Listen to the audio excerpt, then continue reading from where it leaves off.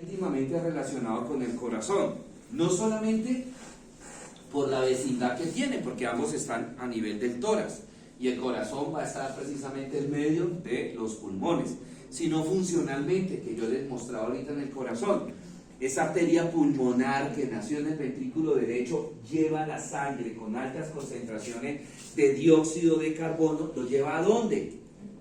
A los pulmones, para que allá se realice el intercambio de gases, ¿sí? Para que salga ese dióxido de carbono, esos desechos que provienen del metabolismo celular, salgan a través de la respiración, y que cuando nosotros inspiremos, ¿entre qué? Oxígeno. Y ese oxígeno se empieza a transportar de los pulmones a través de unas venas que dijimos ahorita que se llamaban las venas pulmonares. Y esas venas pulmonares llegaban a la aurícula izquierda, pasaba esa sangre con altas concentraciones de oxígeno de la aurícula izquierda al ventrículo izquierdo, y del ventrículo izquierdo, ¿qué arteria nace en el ventrículo izquierdo? La aorta. Y entonces esa aorta se encargaba de llevar toda esa sangre con oxígeno, con nutrientes, la lleva a todo el cuerpo. Circulación mayor se inicia en el ventrículo izquierdo, circulación menor o pulmonar se origina a nivel del ventrículo derecho. ¿Sí? Bueno, muy bien. Entonces, el sistema respiratorio comienza con las fosas nasales. Las fosas nasales son también llamadas fosa piriforme. Es una cavidad que se encuentra ubicada en la parte anterior central del viscerocráneo. Anterior central del viscerocráneo. ¿Sí?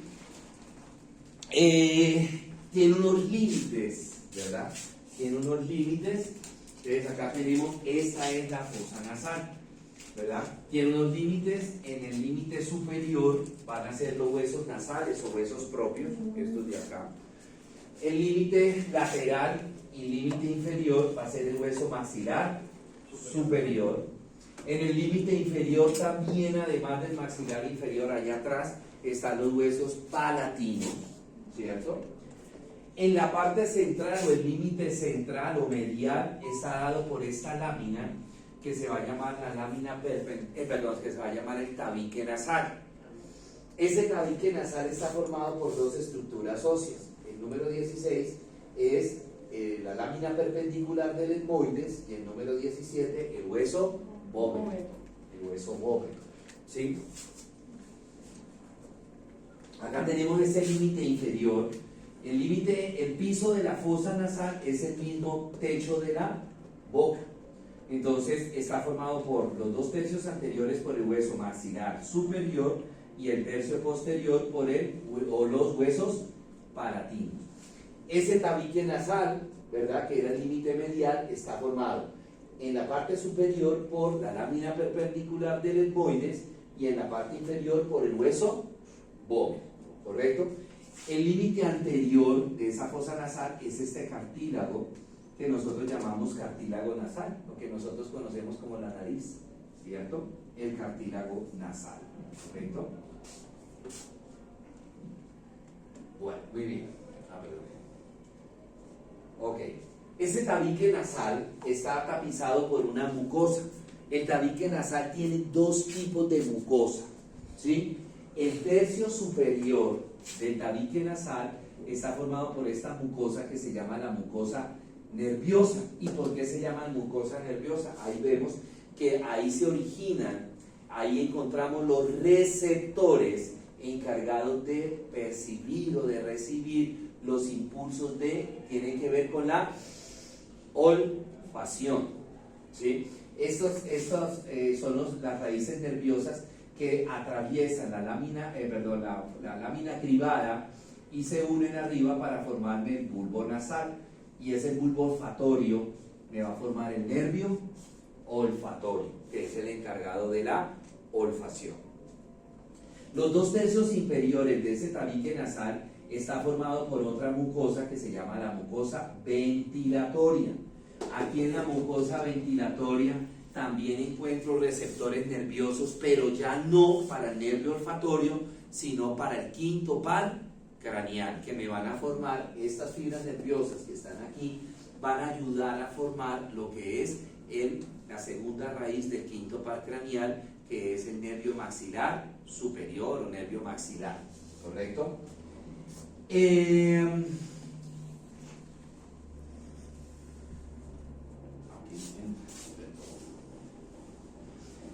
la fosa nasal encuentro estas estructuras de dependencia ósea que se llaman los cornetes o turbinas. Hoy día se usa más el nombre turbinas. De hecho, la cirugía que usa la gente para, de pronto cuando tienen hipertrofia de cornetes, se llama turbinectomía. ¿Y por qué se llaman turbinas? Por la forma que tienen, que parecen a la turbina de un avión, ¿cierto? Los cornetes o turbinas son tres: el cornete superior, cornete medio, cornete inferior. Pueden usar cualquiera de los dos nombres, o pueden usar el nombre de cornete o el nombre de turbina. Cualquiera de los dos está bien. En medio de los cornetes nosotros tenemos unos espacios que se llaman meatos. Entonces tenemos el meato superior, que es el espacio que hay entre el cornete superior y el cornete medio. Tenemos el meato medio, que está entre el cornete medio y el cornete inferior, y tenemos el meato inferior, que está por debajo del cornete inferior. Ahorita vamos a ver la importancia de esos meatos, ¿sí? Muy bien. Alrededor de la fosa nasal vamos a encontrar unas cavidades neumáticas que se llaman senos paranasales. Esos senos paranasales, ¿cuáles son? Ustedes van a tener que tomar muchas imágenes para mirar los senos paranasales, porque el otorrino lo mandó, porque de pronto pues, ver no solamente los senos paranasales, sino también la fosa nasal, porque de pronto el otorrino está pensando que tenga hipertrofia de cornetes, o que tenga el paciente sinusitis, o que tenga de pronto desviación septal. ¿Cuáles son esos senos paranasales? Seno frontal, pues obviamente está en el hueso frontal. Seno maxilar, que está en el hueso maxilar superior. El seno esfenoidal, que está en el hueso esfenoidal, y el seno etmoidal, que está en el hueso etmoides, ¿cierto? Esas son cavidades huecas, cavidades neumáticas. ¿Y para qué sirven? Primero que todo, para disminuir el peso de los huesos. Esos senos están tapizados también por mucosa ventilatoria, la misma mucosa que tiene los 2/3 inferiores del tabique nasal, ¿verdad?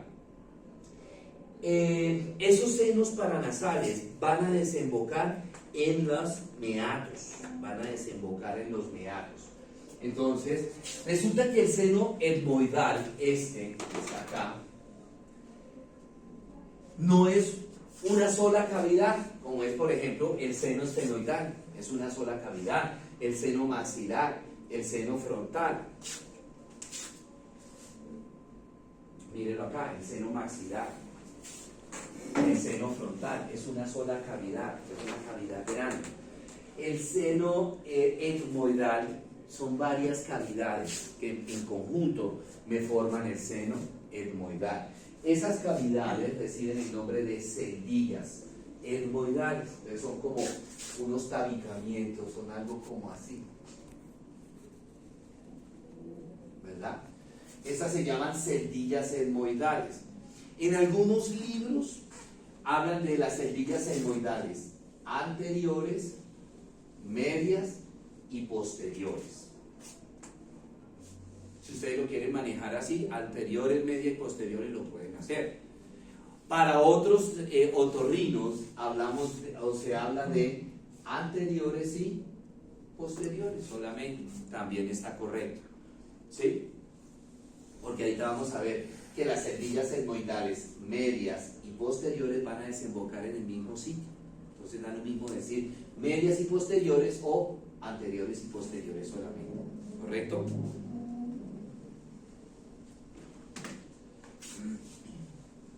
Entonces, ¿dónde van a desembocar esos senos? Entonces, el seno etmoidal con las celdillas anteriores te van a terminar en el meato medio. El seno etmoidal con las celdillas posteriores van a terminar en el meato superior. El seno esfenoidal, el seno maxilar y el seno frontal van a terminar en el meato medio.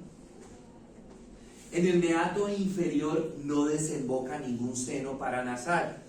En el meato inferior va a desembocar la vía lagrimal. Por eso cuando nosotros lloramos, parte de esas lágrimas, unas lágrimas se van a ir hacia afuera y otras van a bajar hasta el meato inferior. Y por eso cuando nosotros lloramos se nos aflojan los mocos, inclusive se salen los moquitos. ¿Qué es eso? Qué asco. No hay que dejar perder nada. Eso con pan y huevo, ¿verdad? Entonces, ojo, en el seno, perdón, en el meato inferior no desemboca ningún seno, desemboca la vía lagrimal. Cuando por allá veamos ojos, vamos a ver nuevamente eso. ¿Listos? Entonces, ¿qué pasa? Ustedes han escuchado que de pronto sinusitis. ¿Quiénes trabajan acá en el sector salud? ¿Han escuchado de la sinusitis? ¿Por qué sinusitis? Estos huecos, estas cavidades reumáticas deben estar siempre limpias. Siempre limpias. En algunos pacientes, ya sea porque tienen desviación del tabique septal, ya sea porque tienen hipertrofia de cornetes, ya sea porque tienen hipertrofia de adenoides, ¿sí? Ese exceso de producción de moco, una parte se va a ir ¿hacia dónde?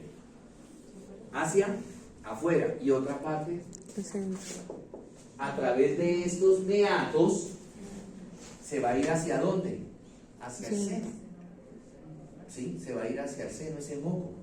Entonces es cuando se empieza a acumular, por ejemplo, moco en el seno maxilar. Y cuando se acumula ese moco en el seno maxilar es cuando aparecen ¿las qué? ¿Te acabo de decirles? ¿La qué? Sinusitis. O se puede acumular en el seno frontal. Por lo general, señora, por lo general donde más se acumula moco es en el seno maxilar y en el seno frontal, pero también se puede acumular en el seno esfenoidal o en el seno etmoidal. La mayoría de las veces, y ustedes se van a cansar de ver eso, vemos el sinusitis maxilar o sinusitis frontal. ¿Y por qué al paciente le duele? Porque acuérdese que, señora, sí, se acumula ese moco, se deshidrata, se vuelve duro el moco, pero ¿por qué duele? Porque acuérdese que está tapizada por mucosa ventilatoria, esta de acá, y yo le dije que aquí había receptores para el quinto par craneal. Y si hay receptores para el quinto par craneal, hay receptores para tacto, presión, dolor, temperatura y propiocepción. Y como ese por el moco que se va acumulando y se va deshidratando, como dice la compañera, pues se inflama la mucosa. Y si se inflama la mucosa, ¿será que cuando nosotros se nos inflama algo nos da dolor? Sí, claro. Ahí viene el dolor. Ahí viene el dolor. ¿Listos?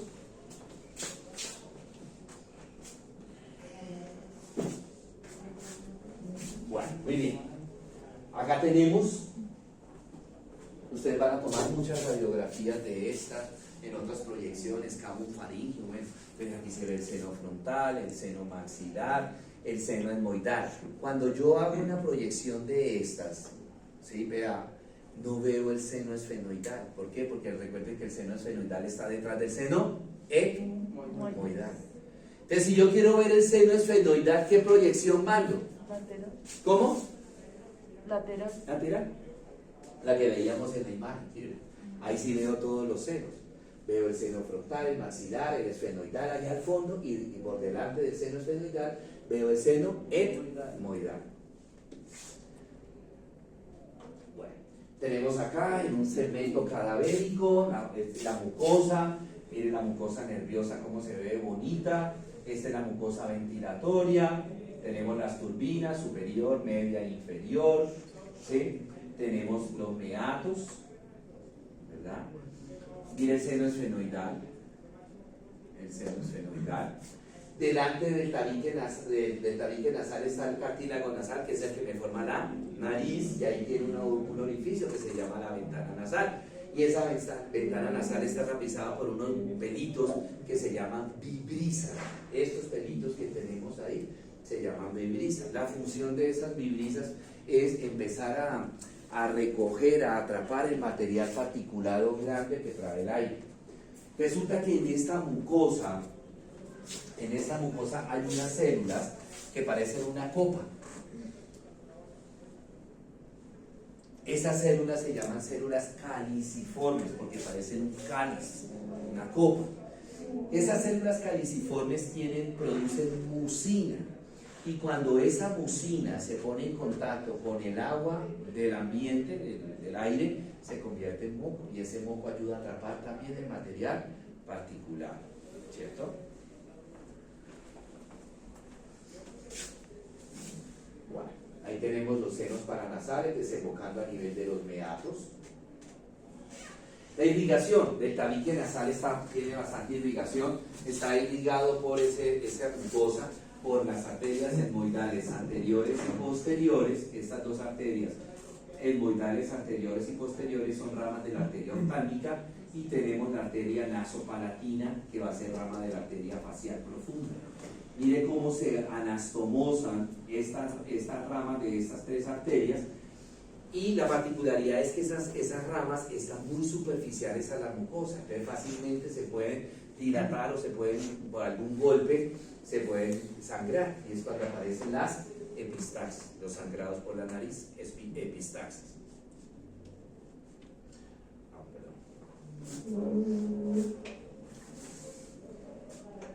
Muy bien. Luego viene la faringe, no laringe, viene después de la fosa nasal, viene la faringe, pero esa la vamos a ver cuando empecemos a ver el sistema digestivo. Y debajo de la faringe viene la laringe, que la laringe ya es respiratorio, sistema respiratorio.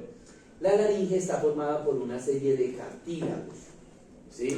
El cartílago más grande, el cartílago principal, es este, se llama el cartílago tiroides. Encima de este cartílago tiroides va a haber una glándula que se llama la glándula tiroides.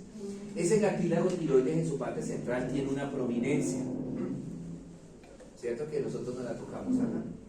En algunas personas está bastante pronunciada. Ese cartílago tiroides es el que nosotros conocemos como la manzana de Adán. Debajo de ese cartílago tiroides tengo otro cartílago, que es el cartílago cricoides. Entre el cartílago tiroides y el cartílago cricoides está esta membrana que se llama la membrana cricotiroidea. ¿Cuál es la importancia de esa membrana cricotiroidea? Que cuando al paciente se le tiene que hacer una traqueostomía, se perfora esa membrana, la membrana cricotiroidea, ¿sí? Para poner el tubo para la traqueostomía, para que el paciente respire por ahí, ¿verdad? Luego volteo ese cartílago tiroides o esa laringe, y veo este otro cartílago, parece como un jarrón, se llama la epiglotis.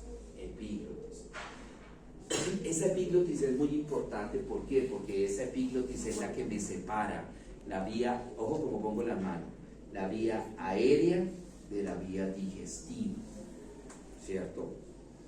Entonces, ¿qué pasa? Que cuando nosotros deglutimos, cuando nosotros pasamos un líquido, saliva, o pasamos algo de comer, la epiglotis se cierra. Entonces, si se cierra, ¿me cierra qué vía? Aérea. La aérea. ¿Y me deja abierta qué vía? La digestiva. Entonces, esa comida que nosotros deglutimos, saliva, jugo, pan, arroz, lo que sea, va a pasar por la faringe, pero como aquí está cerrada, la epiglotis, ¿para dónde se va? Para la vía Digestiva. Para el esófago, que eso lo vamos a ver más adelante, ¿cierto? Cuando nosotros no deglutimos, la epiglotis está ¿qué? Abierta, y me cierra ¿qué vía? Digestiva. La vía digestiva. Entonces me queda abierta ¿qué vía? La aérea. La vía aérea, la vía respiratoria, y por eso respiramos, porque ese aire va a pasar hacia lo que vamos a ver ahorita más adelante. Eventualmente el estímulo, el estímulo de que, porque la persona deglutió, ese estímulo le llega tarde a la epiglotis. Y entonces queda abierta la epiglotis cuando nosotros pasamos, deglutimos. Y entonces ese producto de la deglución, llámese líquido, llámese algún sólido, al no cerrarse la epiglotis, ¿para dónde se va eso? Para el pulmón. Pues no, todavía no para el Para pulmón, la vía respiratoria. para la vía aérea, la vía respiratoria. Y es cuando nosotros decimos que nos atoramos. O es cuando nosotros decimos, de pronto no sé si ustedes usan ese término acá, se nos fue por el camino viejo. Camino. ¿Sí? Se nos fue por el camino viejo. Y entonces inmediatamente la tráquea reacciona, la epiglotis reacciona y empieza la persona a estornudar o a toser. ¿Para qué? Para empujar ese cuerpo extraño que se llama comida, líquido o sólido, empujarlo hacia arriba, y en algunas ocasiones se empuja, llega a la epiglotis se cierra y se me va para dónde esa comida, para vía digestiva, o sigue subiendo y sale por la nariz. De pronto sale ese poquito de jugo, el granito de arroz o la pepita de aguacate. ¿Cierto? La pepa y aguacate. Cuando yo abro la epiglotis, aquí la abrí, la epiglotis, veo unos repliegues. Veo dos repliegues superiores que son de mucosa, que se llaman las cuerdas vocales falsas. Y debajo veo otras dos cuerdas vocales que son de músculo, y esas son las cuerdas vocales verdaderas. Falsas, verdaderas.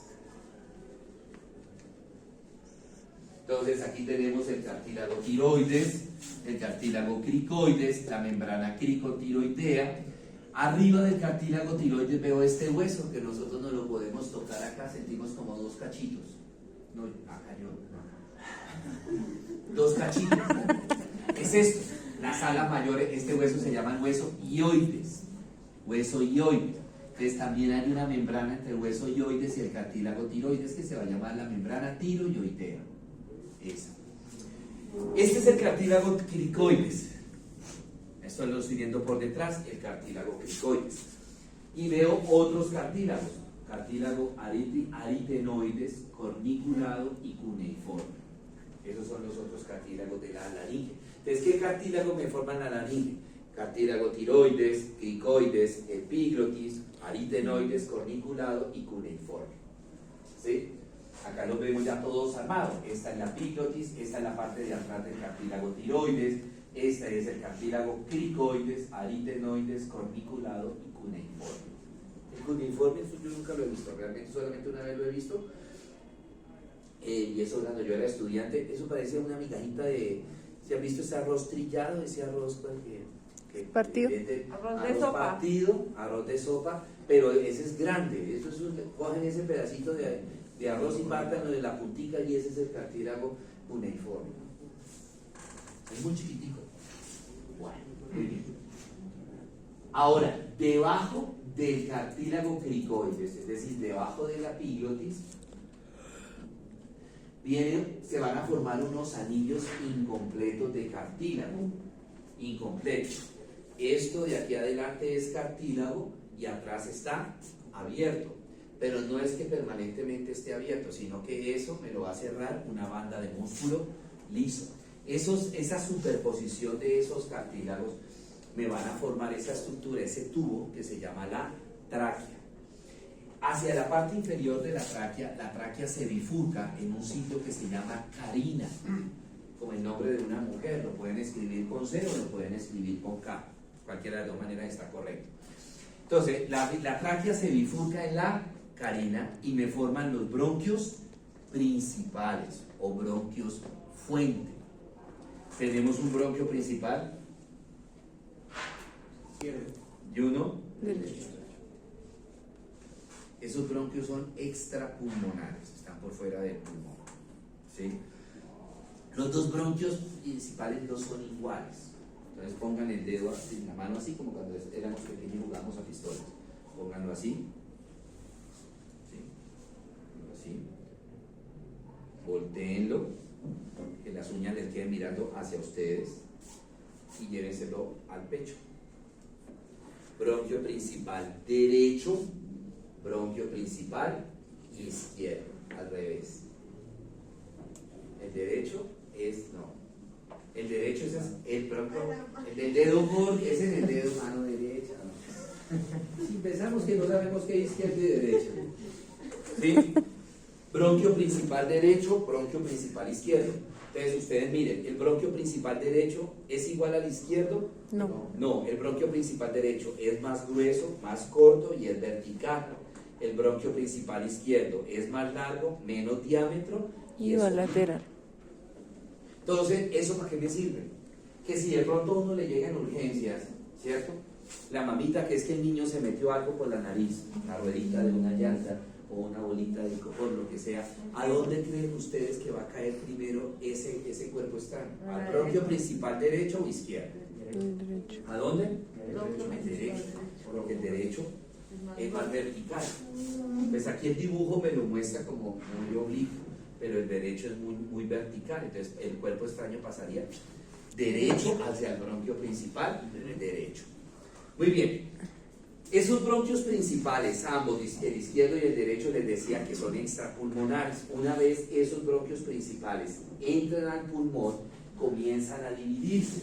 Entonces me van a formar los bronquios, una vez dentro del pulmón, los bronquios principales me forman los bronquios, estos son los bronquios secundarios, también llamados bronquios lobares, bronquios secundarios o bronquios lobares.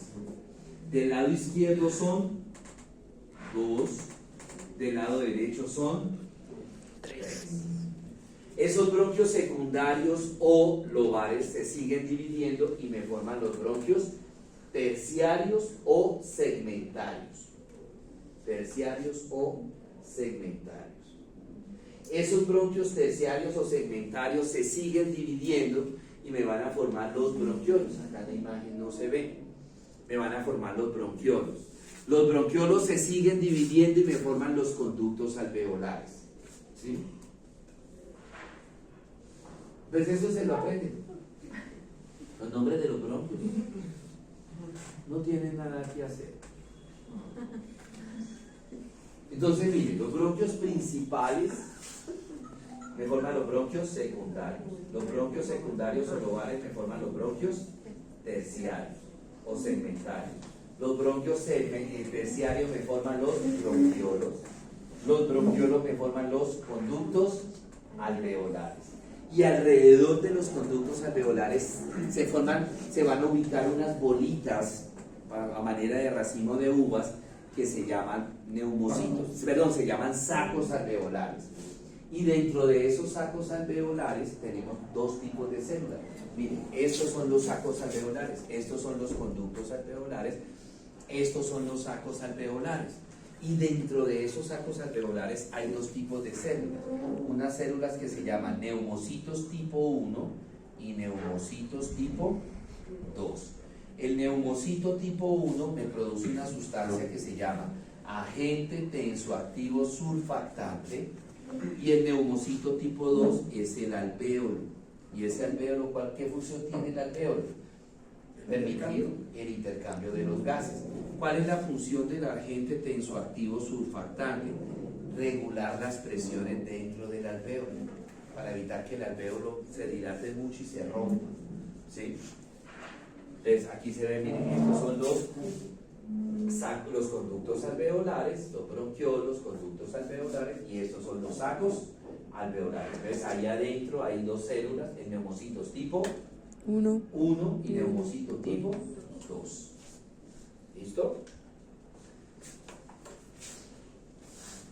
Ok. Preguntas hasta el momento, chicos. Preguntas, dudas, inquietudes. Entra al pulmón, como les decía hace un ratico, ¿sí? Y se va a ubicar dentro del pulmón. Entonces, hablemos de los pulmones y la pleura.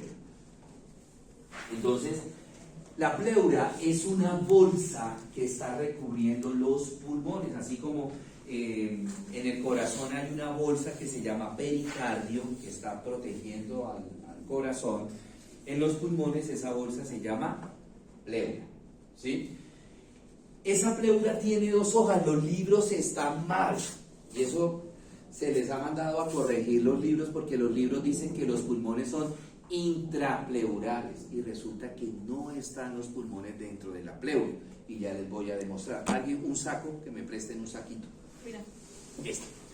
Entonces, imaginémonos, gracias, imaginémonos que yo soy el pulmón, ¿cierto? Y esta es la pleura. Entonces, la pleura tiene dos hojas. Por donde está la letra, la vamos a llamar hoja parietal, y por donde no hay letra, la vamos a llamar la hoja visceral, ¿sí? Entonces, miren, la hoja visceral hace referencia a la víscera, o sea que es la que se pega a esta víscera que se llama ¿cómo? Pulmón, se pega a la víscera, ¿verdad? Y resulta que cuando llega al ilio, que ahorita lo vamos a ver, ¿sí? Cuando llega esa hoja visceral, esa pleura al ilio, mire lo que hace la pleura, se repliega, ¿cierto? Y esta parte va a quedar en contacto ¿con quién? Con la costilla. Entonces, esto se llama la hoja parietal porque está haciendo contacto con la pared del tórax, y esta que está pegada al pulmón se va a llamar la hoja visceral. Y en medio de las dos hay un espacio, miren. Ese espacio se va a llamar espacio pleural. Y ese espacio pleural tiene un líquido que se llama líquido pleural. Líquido pleural. Ese líquido pleural a veces se puede llenar de sangre, y hablamos de un hemotórax, se puede llenar de pus, piotórax, o se puede llenar de agua, hidrotórax. Que de pronto, no sé, han visto que hay que colocarle al paciente un tubo a tórax, un tubo para que saque eso que está acá acumulado, ¿cierto? En el corazón sucede lo mismo. ¿Sí, señor? Profe, ahí mismo cuando llegan algunos, cuando se llena de sangre. Sí, se puede llenar de sangre, o se puede llenar de aire, se me olvidó. De Acá aire. también se puede llenar de bolitas de aire, burbujas de aire, se llama neumotórax, es muy frecuente. Ahora, en el pulmón, en el corazón es lo mismo. Hay una membrana que se llama Cardio. pericardio. Lo único nombre es que cambian el nombre de las hojas. Entonces, habrá una hoja que está en contacto con el corazón, ¿cierto? Y esa hoja que está en contacto con el corazón se va a llamar la hoja serosa. Y cuando esa hoja serosa, cuando esa hoja serosa llega a los grandes vasos, la hoja serosa se replega. Y se Y vuelve queda esto pericardio. pegado a la pared, se va a llamar hoja fibrosa. Y queda un espacio que se va a llamar el espacio pericárdico, que tiene un líquido que se llama líquido pericárdico. ¿Sí? Y los libros dicen que el corazón es intrapericárdico. El corazón está dentro del pericardio, porque mire, que si se fuera intrapericardio estaría acá, porque aquí está la hoja serosa y aquí está la hoja fibrosa. Entonces estaría el corazón acá. ¿El corazón está metido dentro del pericardio? No, está envuelto por él. Pericardio. ¿El pulmón está metido acá en el espacio pleural? No, está envuelto por la pleura. Pleura. ¿Sí? Entonces, ojo con eso. ¿Listo? Muchas gracias. Muy bien, entonces miren, acá está.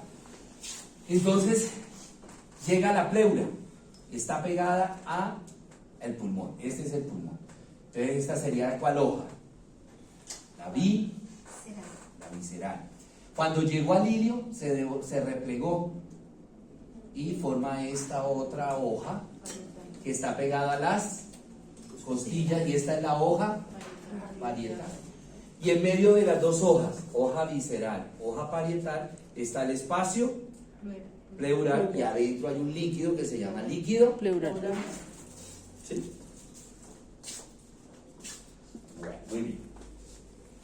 Resulta que los pulmones no son iguales. Miren pues, dentro de en un cadáver cómo son nuestra ubicación de nuestros pulmones, señor. Uno es más Sí, pequeño, por el corazón. uno es más Por el reducido. corazón. Sí, que ahorita lo vamos a ver en un dibujo. ¿Verdad? Mírenlo acá. Acuérdense, esta mañana yo les decía que el corazón era vertical. ¿El corazón era vertical? No. El corazón era como diagonal, como oblicuo. Entonces, cuando el corazón se va hacia la izquierda, se mete dentro de ¿quién? Pulmón izquierdo. ¿De qué? Pulmón izquierdo. Y me forma esta concavidad en el pulmón izquierdo que se llama la incisura cardíaca. Incisura cardíaca, esto. Acá tengo el corazón con el pericardio. Entonces les decía que los pulmones no son iguales. Así como los bronquios principales no eran iguales, los pulmones tampoco van a ser iguales. El pulmón izquierdo es un poquito más pequeño que el pulmón Derecho. Los pulmones tienen como una hendidura, como un corte que se van a llamar fisura o incisura. Entonces, en el pulmón derecho tenemos dos fisuras o tenemos dos incisuras. Primero, una que se va a llamar la fisura o incisura horizontal, que me divide el pulmón en un lóbulo superior y en un lóbulo inferior. De la incisura horizontal nace otra incisura, que se va a llamar la incisura oblicua. Y esa incisura oblicua me divide el lóbulo inferior en dos, en lóbulo inferior y en lóbulo medio. Entonces, ¿cuántos lóbulos tiene el pulmón derecho? 3. Un lóbulo superior, un lóbulo inferior y un lóbulo medio. ¿Cuántos bronquios secundarios salían del bronquio principal derecho? 3. Esos bronquios secundarios se llamaban también como lobares. Entonces, porque cada uno va a ir a un lóbulo. Un lóbulo superior, inferior, medio. ¿Sí? Muy bien. Y el pulmón izquierdo, como es un poquito más pequeño, solo tiene una fisura. Aquí la vemos bien. Bueno, ya esta vaina me está acabando. Aquí se ve bien sin necesidad de marcarla. Y se va a llamar la incisura o fisura oblicua. Y me divide el pulmón en ¿cuántos lóbulos? 2. ¿Uno qué? Superior e inferior. ¿Cuántos bronquios secundarios salían del bronquio principal izquierdo? 2. Para el lóbulo superior y para el lóbulo inferior. Cuando el corazón se mete en el pulmón izquierdo para formarme la incisura cardíaca, me comprime un poquito de tejido pulmonar y me forma esta lengua y se llama língula. El pulmón derecho no tiene língula. ¿De dónde se origina la língula? En la parte inferior de la cara medial del lóbulo superior del pulmón izquierdo. ¿Dónde está ubicada la língula? En la parte inferior medial del lóbulo superior del pulmón ¿qué? Izquierdo. Entonces, por ejemplo, uno de los estudiantes de medicina les pone en anfiteatro un pulmón, digan si es izquierdo o derecho. Entonces, uno que miraba, primero que todo miraba lóbulos. Si era 3 lóbulos, ¿qué pulmón era? Derecho. 2 lóbulos. Izquierdo. Otra forma para corroborar, buscar si hay o no. Língula. Si tiene língula, ¿qué Es pulmón izquierdo. es? Izquierdo. Si no tiene língula, Derecho. y tercero, buscar ¿qué? Las fisuras. De ¿Cuántas tamaño. si tenía 2 fisuras, ¿qué pulmón era? Izquierdo. 2 fisuras. ¿Y qué es de derecho? Derecho. Y si tiene una sola fisura, ¿y qué otra cosa mirábamos? El tamaño. ¿Qué otra cosita falta? Las tres ramas. No, no porque El tamaño, ¿no? La forma cardíaca. Pero es difícil, si es más grande o es pequeño, es difícil verlo porque no tengo punto de comparación. Pero por ahí va. ¿Qué hace al pulmón izquierdo más pequeño que el pulmón derecho? La posición. No, La fosa cardíaca.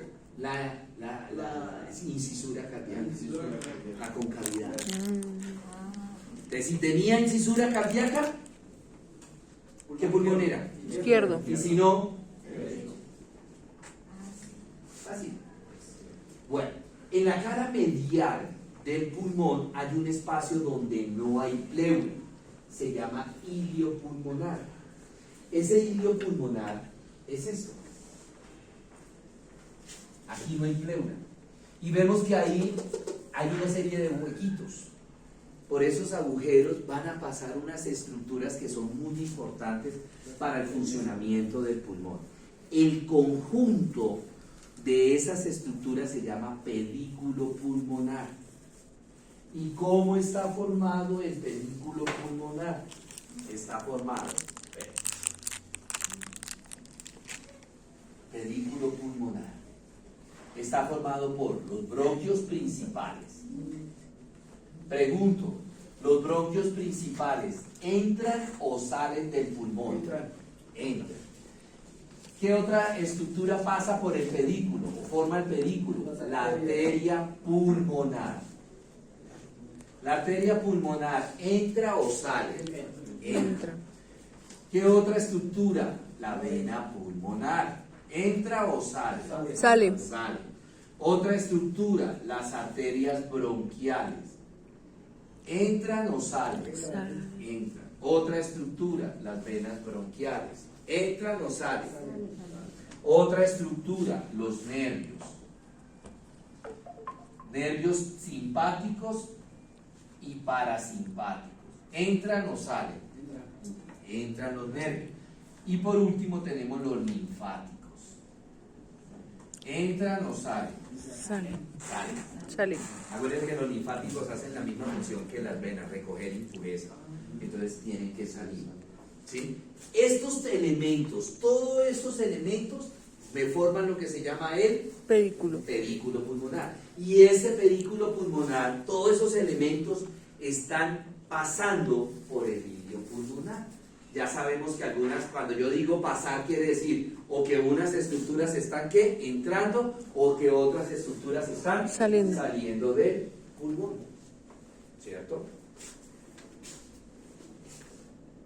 Bueno, el pulmón está dividido en segmentos, ubicación topográfica para facilitar la ubicación de ciertas estructuras, de pronto que el radiólogo ve que se aprecia una zona de consolidación en el segmento apical lateral del pulmón derecho. Entonces uno ya sabe a dónde tiene que ir a buscarlo y no se pone una vez, miro todo el pulmón a ver, ¿no? El radiólogo me dice que hay una zona de consolidación en el segmento apical lateral derecho. Entonces, ¿en qué pulmón voy a buscarlo? ¿En el izquierdo o en el derecho? En el derecho. Primero que todo en el derecho. Si es apical, la palabra apical, ¿qué significa? Arriba. Entonces lo busco en la parte de arriba del pulmón derecho. Y segundo, lateral, lo busco hacia la parte superior lateral de ese pulmón derecho. En el lóbulo superior, por allá. ¿Sí? Ya lo vimos, las arterias pulmonares. ¿Dónde nacen las arterias pulmonares? En el corazón. En la aurícula. En la aurícula. En la aurícula derecha. En la aurícula derecha. Muy bien, háganme un favor y se me da 50 vueltas a toda la manzana. La arteria pulmonar. Las arterias nacen ¿en dónde? La aurícula izquierda. En el ventrículo. Lo acabamos de ver.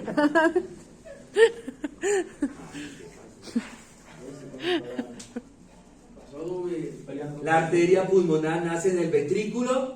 Oiga, y lo tienen ahí escrito. El ventrículo Derecho, hace rato lo dije. En el ventrículo derecho, ya. En el ventrículo derecho nace la arteria pulmonar. Y también entran al pulmón las arterias bronquiales, pero de las arterias bronquiales nacen en la aorta. Entonces aquí tenemos, mire, la aorta, el callado, vemos el tronco brachiocefálico, la carótida común izquierda, la subclavín izquierda, y miren, aquí están las arterias bronquiales. Perdón.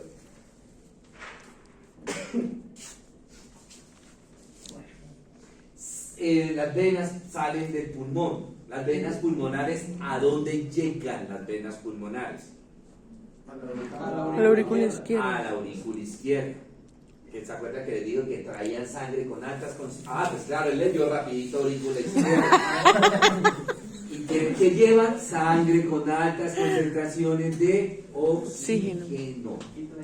Las venas bronquiales salen del pulmón, ¿y a dónde van a terminar? Si es las venas bronquiales del lado izquierdo, terminan en la vena hemiácigos, y si es del lado derecho, en la vena ácigos. Entonces aquí tenemos, esta es la vena hemiácigos, lado izquierdo, acá termina la vena bronquial, ¿cierto? Y acá tenemos la vena ácigos, aquí termina la vena bronquial derecha, y acá la vena bronquial izquierda. Los linfáticos, entonces, tenemos dos drenajes linfáticos en el pulmón. Entonces tenemos un drenaje linfático superficial que va a recoger toda la linfa de la pleura, de ese líquido pleural. Esos linfáticos superficiales están acá, a nivel de la pleura. ¿Y dónde van a terminar esa linfa? Acá, en estos linfáticos que están acá en el ilio, que se van a llamar los linfáticos broncopulmonares. Estos, los broncopulmonares, ustedes los van a usar mucho cuando toman radiografías de tórax. Uno mira esos linfáticos porque son los más grandes, los linfáticos broncopulmonares, y ustedes lo van a mirar ahí en toda la entrada del ilio, ¿verdad? Si están inflamados, si se ve la inflamación del linfático, si está, ¿verdad? Bueno, ahora, la linfa profunda, entonces toda la linfa profunda entra también, termina acá en los linfáticos broncopulmonares. Ahora, la linfa de los linfáticos broncopulmonares, ¿a dónde pasa? A estos linfáticos de aquí, que se van a llamar los linfáticos traqueobronquiales. De los linfáticos traqueobronquiales, ¿a dónde pasan esos linfáticos?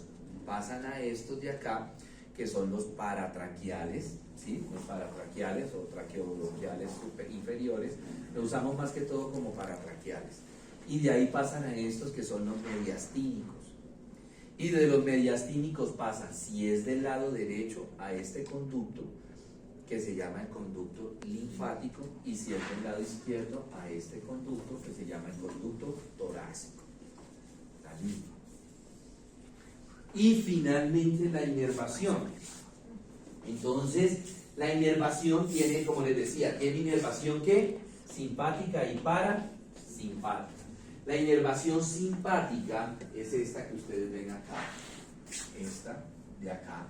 Va a estar dada por un nervio que se llama el nervio esplácnico mayor. ¿Cómo se forma ese nervio esplácnico mayor? Nervio esplácnico mayor. Entonces está formado por los nervios simpáticos torácico 5 a torácico 9. O sea, el nervio esplácnico, el nervio simpático torácico 5, 6, 7, 8 y 9. Ellos se unen y me van a formar este nervio que se llama el nervio esplácnico mayor. Y ese nervio esplácnico mayor le va a dar la inervación simpática a la pleura y al pulmón. Y la inervación parasimpática, ¿quién me la va a dar? Me la va a dar un nervio que se llama el décimo par craneal, que es este que viene bajando acá. Este es el décimo par craneal. ¿Listo? Inervación parasimpática. ¿Listos? Preguntas, dudas, inquietudes.